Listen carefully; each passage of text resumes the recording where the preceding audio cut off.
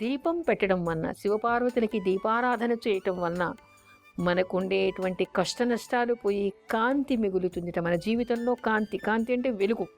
మన జీవితంలో వెలుగు వెలుగుతుందిట. అంటే కష్టాల నీడలు అనేటువంటివి మన జీవితంలో లేకుండా ఉంటాయిట. అందుకని శివుడికి దీపారాధన చేస్తే మనకు ఉండేటువంటి చీకట్లు, జీవితంలోని చీకట్లన్నీ తొలగేటువంటి విజ్ఞానము మనకి కలుగుతుంది. మన జీవితంలో కాంతి కూడా వెలుగుతుందిట, వెలుగులు ప్రసరిస్తాయిట. అందుకని అమ్మ, నువ్వు ఎప్పుడు కూడా ఏలాంటి కష్టమైనా జాతకం ప్రకారం రాని కాక శివార్చన మాత్రం మర్చిపోకు, సోమవారం వ్రతాన్ని మర్చిపోకు అని చెప్పిందిట. అంతే, సీమంతిని ఇంటికి వచ్చి వ్రతాన్ని మొదలుపెట్టింది. ప్రతి సోమవారం రోజు కూడా వ్రతం చేయడం మొదలుపెట్టిందిట. ఉపవసించడం మైత్రి ఏ విధంగా చెప్పిందో ఆ విధంగా ఆవిడ సోమవారం వ్రతాన్ని చేస్తూ వచ్చిందిట. తర్వాత కొంతకాలానికి ఆమెకి వివాహం జరిగింది ఒక రాజకుమారుడితో. ఆ రాజకుమారుడు విహారానికి కొంతమంది స్నేహితులతో కలిసి సముద్రం దగ్గరికి వెళ్ళాడుట. ఎక్కిన పడవ కాస్త సముద్రంలో మునిగిపోయిందిట. చాలామంది మరణించారు. కొంతమంది ఎక్కడున్నారో జాడ ఆనవాళ్లు కూడా కనపడలేదు. ఆ తర్వాత అందరూ హాహాకారాలు చేశారుట. అతని తండ్రి వచ్చి చూశాడు, శవం కూడా దొరకలేదు. మామగారు వచ్చారు, సీమంతిని వచ్చి మూర్ఛపై భూమి మీద పడిపోయిందిట, భర్త పోయాడని చెప్పేసి ఆ జ్యోతిష్కుడు చెప్పినటువంటి విషయం నిజమైపోయింది కదా అని చెప్పేసి బాధపడిందిట. వైధవ్యాన్ని స్వీకరించిందిట. అయినా ఆవిడ శివభక్తి మానుకోలేదు. శివుడు ఇంత పూజ చేసినా నాకేమీ చేయలేదు అని చెప్పేసి శివుణ్ణి తిట్టుకోలేదు. యథావిధిగా అదే రకమైనటువంటి భక్తి శ్రద్ధలతో శివార్చన చేస్తూ ఉందిట. సోమవారం వ్రతాన్ని చేస్తూనే ఉందిట. కొంతకాలం గడిచింది. ఆ తర్వాత ఒకసారి ఆవిడ సముద్రం దగ్గరికి వెళ్ళిందిట. నది సముద్రం సంగమస్థలి. ఆ నదిలో స్నానం చేయాలని అక్కడికి వెళ్ళిందిట. వెళ్ళి పక్కన ఉండేటువంటి రాజకుమారి కదా, పక్కన కొంతమంది చెలికత్తెలు ఉన్నారు. ఒక రాజకుమారుడు పడవ దిగేట.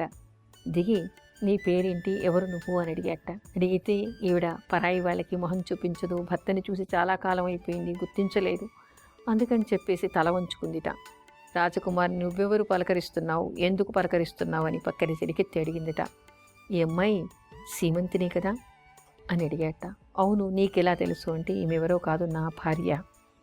నేను సముద్రంలో మునిగిపోయాను, నాకలోకానికి వెళ్ళాను, తక్షకుడి దగ్గరికి తీసుకెళ్ళాడు. అతను నన్ను అడిగాడు, ఇక్కడికి ఎలా వచ్చావని. నాకు తెలియదు, సముద్రంలో మునిగిపోయానని. నన్ను ఆశీర్వదించి కొంతమందినిచ్చి పంపించాడు. ఇక్కడికి వచ్చేసరికి ఎంతకాలం పట్టిందో నాకు తెలియదు, నేను బ్రతికే ఉన్నాను, నా పేరు ఇది అని చెప్పేసి తన గుర్తులు, ఆనవాళ్ళు, తండ్రి పేరు అన్నీ చెప్పాట.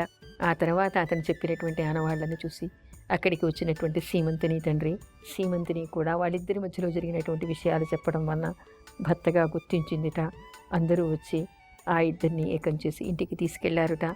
తన భర్త మళ్ళీ తిరిగి వచ్చాడని, శివుడిని నమ్ముకున్నటువంటి వాళ్ళకి ఎలాంటి అగాధం ఉండదు, తాత్కాలికంగా కొంతకాలం కష్టాన్ని అనుభవించిన మళ్ళీ తనకి కావలసినటువంటివన్నీ కూడా దొరుకుతాయి అనేటువంటి విషయాన్ని అనుకుంది. ఎవరైనా ఇప్పటికే కన్నె నోములు చేసి ఉంటే, అంటే పెళ్లి కాకముందే నోములు చేసి ఉంటే, వాళ్ళంతా కూడా మొదటి వారం ఎల్లుండే వాళ్ళు వరలక్ష్మి వ్రతాన్ని చేసుకోవచ్చు. ఎవరెవరు ఆ రోజు పిండ ప్రదానం చేస్తూ ఉన్నారు, నదీ స్నానానికి వెళ్ళాలి, పుష్కరాలు ఇత్యాదులు అనుకుంటూ ఉన్నారో, ఆ రోజు వీలు కానటువంటి వాళ్ళందరూ కూడా ఎల్లుండి కానీ, లేదా 3వ వారం కానీ, లేదా 4వ వారం కానీ చేసుకోవచ్చు. కానీ ప్రత్యేకంగా మొట్టమొదటి సంవత్సరం పెళ్ళైన తర్వాత వరలక్ష్మి వ్రతాన్ని పట్టాలి, మొట్టమొదటిగా చేసుకోవాలి అనుకునేటువంటి వాళ్ళు మాత్రం ఆ వారమే చేసుకోవాలి, అంటే 2వ వారమే చేసుకోవాలి. అది కూడా వాళ్ళ ఇంట్లో వాళ్ళ భర్త కానీ వాళ్ళ మామగారు కానీ ఇంట్లో పిండ ప్రదానం చేస్తూ ఉంటే ఆ రోజు చేయకుండా మరుసటి వారం కూడా చేసుకోవచ్చు. అయితే కొత్తగా పట్టేటువంటి వాళ్ళు మాత్రం మరుసటి వారం పట్టకూడదు, మరు సంవత్సరం చేసుకోవాలి. అయితే వరలక్ష్మి వ్రతమే కాకుండా శ్రావణ శుక్రవారాలు అని మనం ప్రత్యేకంగా చెప్పుకుంటూ ఉన్నాం. శుక్రవారం వ్రతం ఉన్నటువంటి వాళ్ళు, అంటే వరలక్ష్మి వ్రతం చేసేటువంటి వాళ్ళైతే ఆ వారం వీలు కాకపోతే ఎల్లుండి కానీ, ఆ వారం కానీ, లేదా 3వ వారం 4వ వారం కూడా వాళ్ళు చేసుకోవచ్చు. కానీ ఆనవాయితీ లేనటువంటి వాళ్ళు కూడా కొంతమంది ఉంటూ ఉంటారు.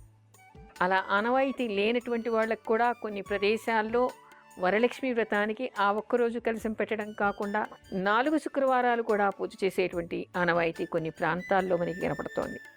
అందరి ఇళ్లలో వరలక్ష్మి వ్రతం చేసేటువంటి ఆనవాయితీ ఉండదు. అలా లేనటువంటి వాళ్ళంతా కూడా కొంతమంది ఏం చేస్తారు, మామూలుగా కలశం పెట్టేసి కలశం మీద పసుపు గౌరీని పెట్టి 4 వారాలు కూడా మహాలక్ష్మికి పూజ చేస్తారు. అలా చేసి 4 వారాలు అయిన తర్వాత ఉద్వాసన చేస్తారు. దాన్ని కలశాన్ని కదిలిస్తూ ఉంటారు. అలా కూడా చేసుకోవచ్చు. అంటే వారి వారి ఇంటి పద్ధతిని బట్టి ఇంట్లో అత్తగారులు ఏ విధంగా చేస్తూ ఉన్నారో ఆ విధంగానే ఆనవాయితీని వాళ్ళు అనుసరించాలి. అయితే ఇక్కడ కొంతమంది అడుగుతూ ఉంటారు, మాకు పుట్టింటో వరలక్ష్మి వ్రతం ఉందండి, అత్తవారింట్లో లేదండి, ఏం చెయ్యాలి అని. అలా లేనటువంటి వాళ్ళు కూడా అత్తవారింట్లో కానీ భర్త నుంచి కానీ అభ్యంతరాలు లేకుండా వాళ్ళు సహకరిస్తే మీరు కొత్తగా కూడా మొదలు పెట్టుకోవచ్చు. అయితే మూఢం లేకుండా, ఈ సంవత్సరం అయితే మూఢం లేదనుకోండి, మీరు మంచిగా చూసుకుని మీకు ఆ రోజు నక్షత్రం తిథి వారం అన్నీ వారం అంటే శుక్రవారమే వస్తుంది, నక్షత్రానికి బాగుందా లేదా ఉన్న వర్జ సమయంలో కాకుండా ప్రారంభం చేయండి. అలా ఆనవాయితీ లేనటువంటి వాళ్ళు కూడా చేసుకోవచ్చు. కానీ అత్తవారింట్లో ఆనవాయితీ ఉందండి, పుట్టింట్లో లేదండి, మేము పుట్టింట్లో లేదు కాబట్టి మానేస్తాం అనడానికి లేదు. పుట్టింట్లో లేకున్నా అత్తవారింట్లో ఆనవాయితీ ఉంటే మాత్రం తప్పనిసరిగా చేసుకోవాలి. అయితే ఇప్పుడప్పుడే మాకు వీలు కాదండి, మేము కొత్తగా వ్రతం నోము పట్టదలుచుకోలేదు, మేము విదేశాలకు వెడతాం, మేము వేరే ప్రదేశాల్లో ఉంటున్నాం, మాకు కుదరదు అనుకునేటువంటి వాళ్ళు, లేదా ఇంట్లో ఆనవాయితీ లేదు మాకు కుదరదు అనుకునేటువంటి వాళ్ళంతా కూడా మహాలక్ష్మి పటాన్ని పెట్టుకొని కానీ, లేదా ఇంట్లో విగ్రహాలు ఏవైనా మహాలక్ష్మి విగ్రహం ఉంటే దానికి కానీ పూజ చేసుకోవచ్చు. ఇంట్లో వీలు కానటువంటి వాళ్ళు సామూహికంగా ఎక్కడైనా కూడా చేసుకోవచ్చు, లేదా మహాలక్ష్మి దేవాలయంలో అయినా వెళ్ళి పూజ చేయించవచ్చు.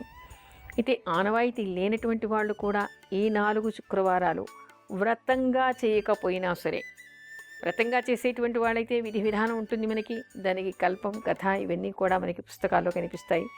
ఇదివరకు చేసిన వాళ్ళు ఇంట్లో పెద్దవాళ్ళు ఉంటారు కాబట్టి దాని ప్రకారం మీరు చేయవచ్చు. లేనటువంటి ఆనవాయితీ లేనటువంటి వాళ్ళు ఉంటే కూడా మహాలక్ష్మి పూజ చేసుకోవాలని అందరికీ ఉంటుంది కదా, ప్రతి ఒక్కరికి మహాలక్ష్మి అనుగ్రహం కావాలి కదా. అందుకని మహాలక్ష్మి అనుగ్రహం కావాలి అనుకునేటువంటి వాళ్ళందరూ కూడా ప్రతి ఇంట్లో ఇంటి ఇల్లాలి గృహలక్ష్మి అని చెప్తూ ఉంటారు. మరి గృహలక్ష్మి ఈ విధంగా ఉండాలి, ఆవిడ్ని చూసి కదా, ఆవిడ దగ్గరికి కదా మహాలక్ష్మి రావాలి. అష్టలక్ష్ములుగా మనం చెప్పుకుంటూ ఉంటాం. సంతానలక్ష్మిని, ధైర్యలక్ష్మి అని, విజయలక్ష్మి అని, ఆదిలక్ష్మి అని మనం అష్టలక్ష్ముల గురించి చెప్పుకుంటూ ఉంటాం. మరి అష్టలక్ష్ములు మనకి కావాలి, ఇంట్లో విజయం అందరికీ కావాలి, విద్య అందరికీ కావాలి, ధైర్యం అందరికీ కావాలి, ఆదిలక్ష్మి అందులో అందరికీ ఉండాలి, ధనలక్ష్మి అందరికీ కావాలి, సంతానలక్ష్మి అందరికీ కావాలి, వీరలక్ష్మి కావాలి, ధాన్యలక్ష్మి కావాలి. ఇంట్లో ఏది లేకపోతే గడుస్తుందండి. సంతానం లేకపోతే చింత, ధాన్యం లేకపోతే చింత, ధైర్యం లేకపోతే 24 గంటలు ఏడుస్తూనే ఉంటారు. మరి ధనం లేకపోతే రోజు గడవదు. ధనమూలం ఇదం జగత్ అంటారు. అందుకని అష్టలక్ష్మి అనుగ్రహం అందరికీ కావాలి. మరి కావాలంటే ఏం చెయ్యాలి? కేవలం వరలక్ష్మి వ్రతం మాత్రమే చెయ్యాలా? చెయ్యలేకపోయినా ఏం చెయ్యాలి అంటే ప్రతి ఒక్కరు కూడా ఒకటి గుర్తుపెట్టుకోండి, ఇల్లు ఎక్కడ శుభ్రంగా ఉంటుందో అక్కడ మాత్రమే మహాలక్ష్మి ఉంటుంది. ఏ ఇంట్లో తెల్లవారుజామునే లేస్తారో, ముఖ్యంగా కనీసం శ్రావణ మాసం, కనీసం శ్రావణ శుక్రవారాలైనా ఇంటిల్లిపాది, ఒక ఇల్లాలు మాత్రమే కాదు, ఇంటిల్లిపాది సూర్యోదయానికంతా నిద్రలేచి ఇల్లు వాకిళ్ళు శుభ్రం చేసుకుని చక్కగా తలంటూ స్నానాలు చేసి శుభ్రంగా ఉండండి. స్నానం చేసి ఉండండి, భగవతారాధన చేయండి. పూజ చేయకపోయినా కనీసం పరిశుభ్రంగా ఉండండి. జుట్టు విరబోసుకుని స్నానం చేయకుండా ఎప్పుడో పొద్దుక్కి లేచి పక్క బట్టలు మడత పెట్టకుండా పిల్లలు 12 వరకు పడుకుని అప్పుడు లేచి అమ్మ మాత్రమే పూజ చేసుకుని స్నానం చేయకుండా వాళ్ళు టిఫిన్లు చేసేసి నీది చేదస్తానులే నేనెక్కడ పాటిస్తాను అనుకోకూడదు. ఎక్కడ ఏ ఇంట్లో అపరిశుభ్రత ఉంటుందో ఆ ఇంటిలోకి మహాలక్ష్మి అడుగు పెట్టదుట. ఒక్క ఇల్లాలు మాత్రమే బాగుంటే సరిపోదు, ఇంటిల్లిపాది కూడా దాన్ని పాటించాలి.